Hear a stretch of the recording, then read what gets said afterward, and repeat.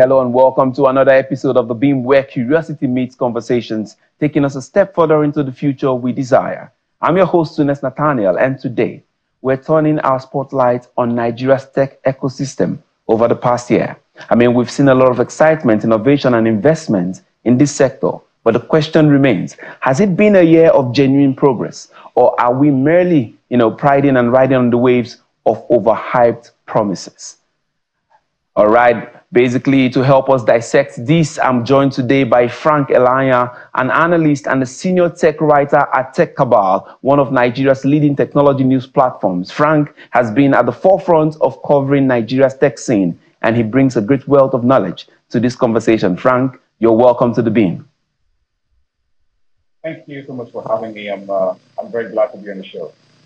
All right, thank you for coming. I see, as Nigeria continues to grapple with economic challenges, the tech sector has been hailed as a beacon of hope, with startups and everywhere sprouting across the country, attracting international investments, and even making headlines globally. The question for me to start off will be, what is your assessment of this sector in the last 1 year? I think that the Nigerian tech ecosystem has sort of made some progress. I say that because we're coming from a period in 2021, 2022, when funding was at a high pitch. And then around 2023, funding at tech startups began to tank. And it continued somewhat early 2024. But what we're beginning to see now is that there's some sort of progress, some investment coming into the ecosystem.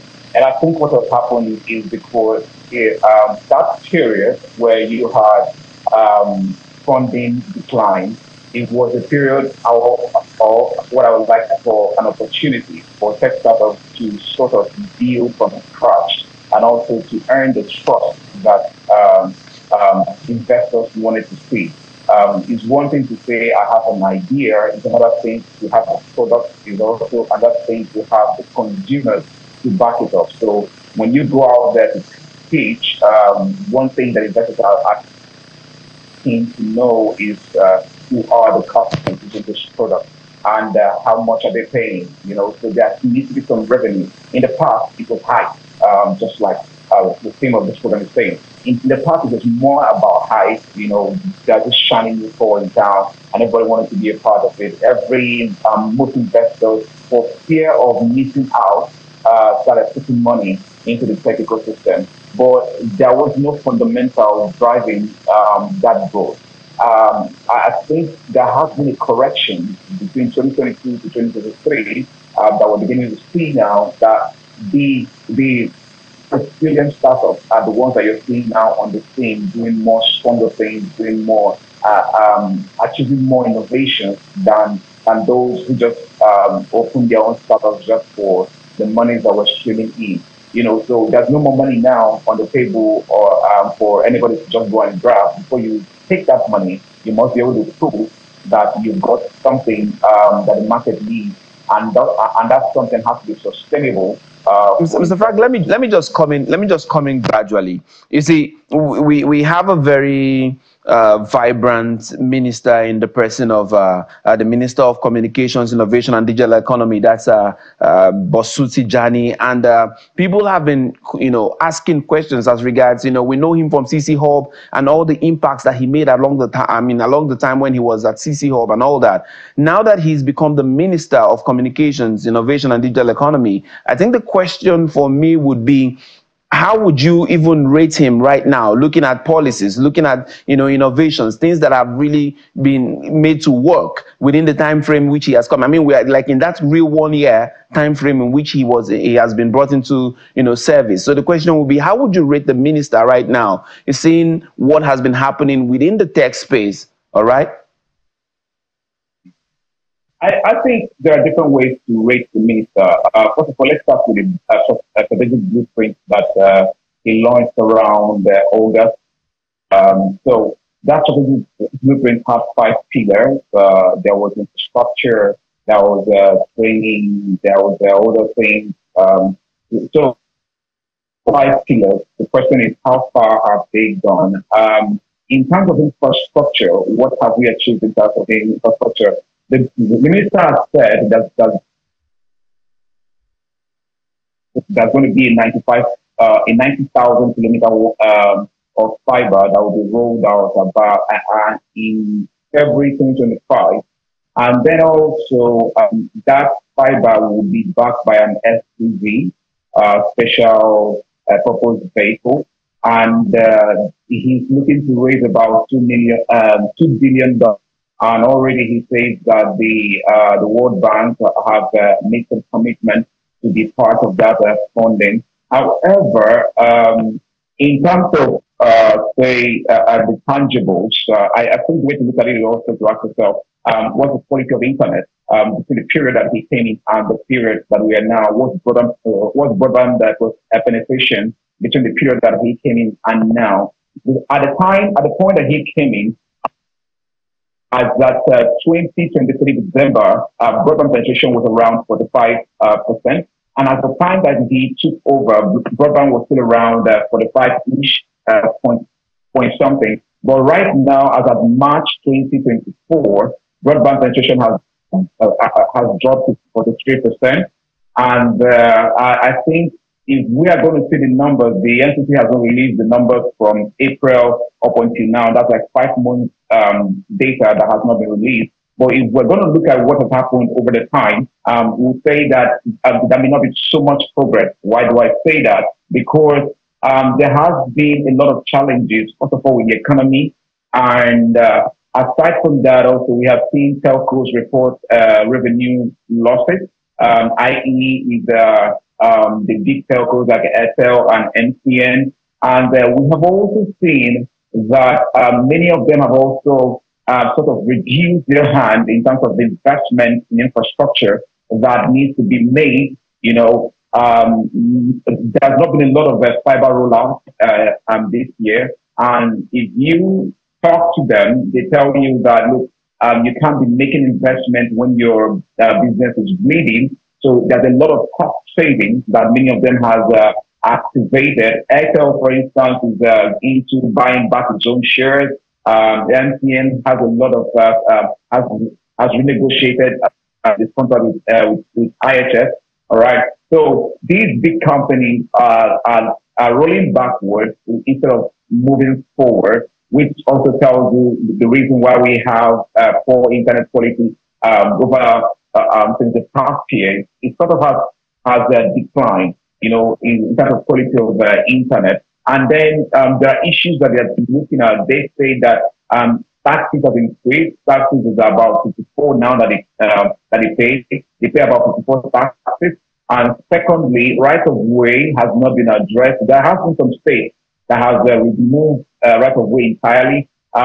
States like Naira has said 1 naira number has removed. But of all the states, it's about 8 of them that have implemented this. Then those who are still at 145, you know, have not agreed maybe to waive it. But 1% is still good. Then there are still states that where you have to deploy fiber at prices around 3,500, and there is Oyo State that charges about 9,000 naira per linear square. You know, so it's been different models for different states, and those are part of the issues that hinder this infrastructure rollout. Remember, without this infrastructure, you can't have the kind of or the quality of internet that is needed to power the digital economy that the Nigerian economy that Nigeria wants to drive. You know, so these things have there's something, Mr. Frank, there's something you have just said that is very important. There's something about the right of way. And I know I read something about 945 million right of way dispute that has to do with MTN and all that, you know, Osun State government and something of that kind of a dispute. How do we settle stuff like this right of way issue, and how does it affect data, you know, and all the services that the average Nigerian is getting at this moment? So first of all, is that there needs to be a model that is placed before states that helps them to see the importance of this fiber or this infrastructure in their state. Many of them don't see it, and sometimes it's not really their fault because I was in a meeting where they said that look, these telcos also don't come to them, to talk to them to tell them why this is very important. I don't know why they should expect or why they should wait for telcos to come to them, but that's what they say. They say that they don't have so much engagement with the telcos, and when they do have these engagements, that they don't see the kind of investment that is being promised. For instance, it might interest you to know that some states like Anambra, that has the right of way, the promise of investors coming in to deploy hasn't materialized yet. In fact, there are two companies that are trying to lay fiber in Anambra, for instance, 2,000 kilometers of fiber. They have laid so far only 700 kilometers, and it's not just laying it, there needs to be start fiber, then that's where proving a business case coming. So telcos on their part say that there needs to be a business case that going to a place like Anambra or a place like Kebbi State or a place like Borno State to go and deploy my service. What exactly am I going to, benefit from that? Of course, don't forget that fiber is a capital intensive project. It's not just something that you get from anywhere. So there needs to be strong assurance that look, deploy here. You can earn your money back. So first of all, the role of the government, the federal government needs to be able to articulate what the business case is for each state, or they can work hand in hand with each of the states to say, this is what we will benefit. This is what we can give back. It can be in terms of taxes. Paying 54 taxes is crazy. You can't be paying 54 taxes and then you want the same company to come roll out as many fiber as they want and all that. It's not going to work. So there needs to be maybe some tax rebates, incentives, whatever that is in order, but it needs to happen. That conversation needs to happen. And then also, they have been demanding for tariff change, a tariff system change. Telcos say that in other markets, and this is true, how it works is that it is market driven, all right? It's not fixed. It's not government that says, MTN needs to charge 4 naira per SMS. It is driven by the market. What is the market saying? That's how you fix your prices. So we need to get to the point where we let the market decide how much telcos will charge. That way, you're able to attract other investors into the market. Aside from My Mobile that has just attracted a buyer in the form of a Lighthouse Capital, we have not had investment in the telecom industry for many years now. In fact, as far as when it is a lot left the market, so there needs to be that vibrancy coming into that market again. Get ourselves to the point where broadband penetration grows to the point where we can use it effectively to drive all the innovations that we want to drive and also to increase the GDP. All right, Frank, we're going to be taking a short break now, Frank. And when we return, we're going to dive more into pressing issues, within the sector. We're going to be asking ourselves also, is Nigeria becoming the next big tech, hub as has been protected in the world? Or is it just another fictional story? How close are we to this reality? Stay with us. We'll be right back. Don't go away. Welcome back. You're still watching The Beam, coming to you live from our studios here in Abuja. Mr. Frank Elana is still our guest, and we're dissecting operations within the tech ecosystem in the last 1 year. Frank, there's this story that I want us to go into. It's the story of the fines and sanctions. Let's begin with the one in which the man who was fined over 250 million for inflating financial performance. That's former CEO of Tingo, if I'm not mistaken. That's Dozie Mbosi. Let's talk about that. Mbosi, let's talk about that. Is to pay over 250 million for inflating financial performance. What does that say? What exactly is at stake here? Well, a lot of things I think is at stake here. I think that the Nigerian tech ecosystem has come to a point where um, shouldn't be part of what defines that ecosystem. And it shouldn't be actually even now. And that is why there has been the debate with people like Tingle are part of the tech ecosystem, on what he has done or what has happened here is that from the beginning was everything was in doubt about how he was how the company was supporting their progress. Um, there were some alleged fictitious numbers that were put out there in the media, and as as days went by, it became quite obvious that there were some questions that needed to be raised.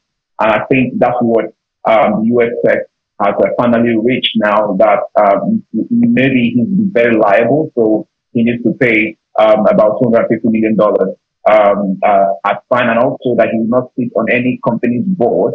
I think in a way it's a good thing somewhat because it means that people are being held accountable for bad action, and it also removes the bad egg, so to speak, from the ecosystem, so that we can see who is actually who.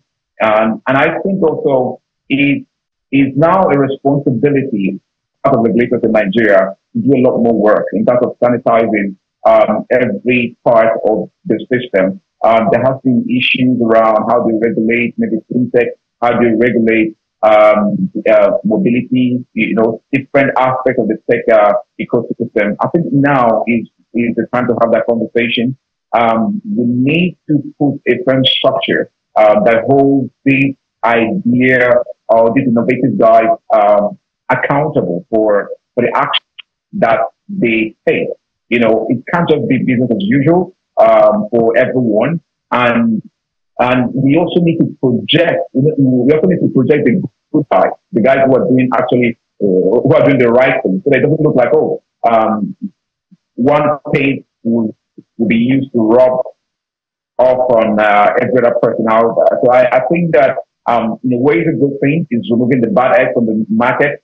Then also is also an opportunity for something critical to be in the Nigerian tech ecosystem in terms of the structure and also in terms of corporate governance and also firm regulatory policies that moves it forward. I don't know if you're very familiar with the digital bill, Frank. Can you hear me? If you're very familiar with digital bill, what do you think What do you think regarding that proposition and Nigeria's future when it comes to the tech ecosystem? You see, I'm very interested in it. I think it's a good idea. But my concerns are that if you could remember, I think it was last year, we had a startup act that was passed by the former president, um, Muhammadu Buhari. And up until now, I can't say that anything has happened concerning the implementation of that startup act. Why I say that is that it's one thing to start a deal, it's another thing to pass it. Is the, the most critical part of of that process is to implement. And I don't think we're doing a very good job of implementing. It's been over 2 years, actually, yes. And the Startup Act was passed in 2022, yes. So it's been over 2 years, and the different sides or different aspects of that Startup Act has not been implemented. There are benefits there, but first of all, to unlock that benefit, there needs to be some labels that should be given to the startups, and then from there they can then access the benefit of that Startup Act. Not one, as at August that I was checking, not one startup has been issued a label. So if we haven't even implemented a law that already exists, this digital bill, how far would we go in the implementation? there needs to be a precedent that we know how to do things right. I don't think that we are doing it right yet. So I'm not saying stop the digital view. You can go ahead and do the digital view, but alongside while you're doing it, give people some confidence in the way you implement things. Let's get to the laws that have been made before and start implementing them. Many startups would have benefited if this sort of act had already been implemented. You know, Tunisia did it. I think Senegal also did it. They are reaping the benefit of implementation of that of the act in their country. Why aren't you doing that yet? I don't know. So you go ahead, do your digital bill, but there's an act already existing that needs an attention. And I think that's where we should start from. Right. Thank you very much, Frank. Thank you very much. It's been wonderful having you on the program. Thank you. Thank you so much. It's clear that a lot has to be done when it comes to repositioning Nigeria. A lot has to be done as regards our tech ecosystem. You know, we need to remain grounded and focused on building a tech ecosystem that serves Nigerians. And that brings us to the end of today's discussion. We've explored the highs and the lows, you know, the progress made and the promises that still need to be fulfilled. But as we continue to navigate these complexities of our tech landscape, let's remain and remember that true measure of the success within this place will not be just a hype, but in the lasting impact that we can create. And until next time, I'm Sunas Nathaniel, and this has been The Beam. Stay informed, stay engaged, and stay curious. God bless Nigeria.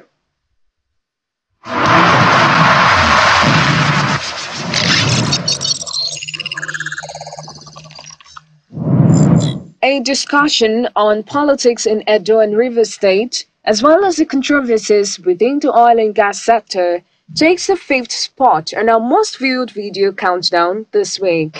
You know, Jeffrey, Ipman and many people who find themselves within the various value chain of the downstream will always have an issue and a problem as long as you don't have cost-reflective prices with PMS in the market. In 4th place, we see on Politics Today another discussion regarding the actualization of the People's Constitution. I believe that we do not need a lot. I believe personally that a good constitution should be a short document, 20 marks, 30 rules.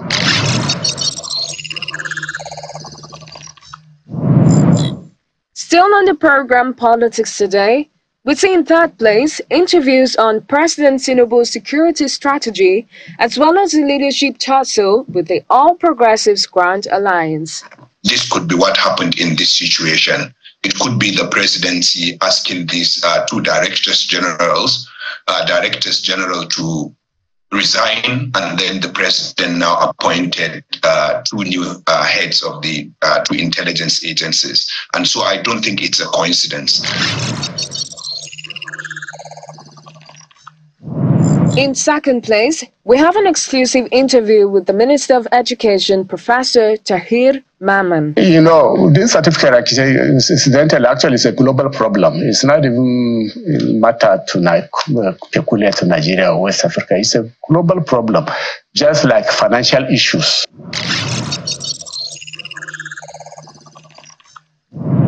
Finally, our most viewed video this week is a clip in which we see the Director General of the World Trade Organization, Dr. Ngozi Okonjo-Iweala, ask Nigerian politicians to stop weaponizing insecurity. But where things are working to the good, we ask, why fix what is not broken? To minimize the volatility of economic and social policy, and to set our country on a steady growth and development path, rather than an episodic growth path, I have become increasingly convinced that Nigeria needs a social contract. That's it on our countdown today. Join us next week for more.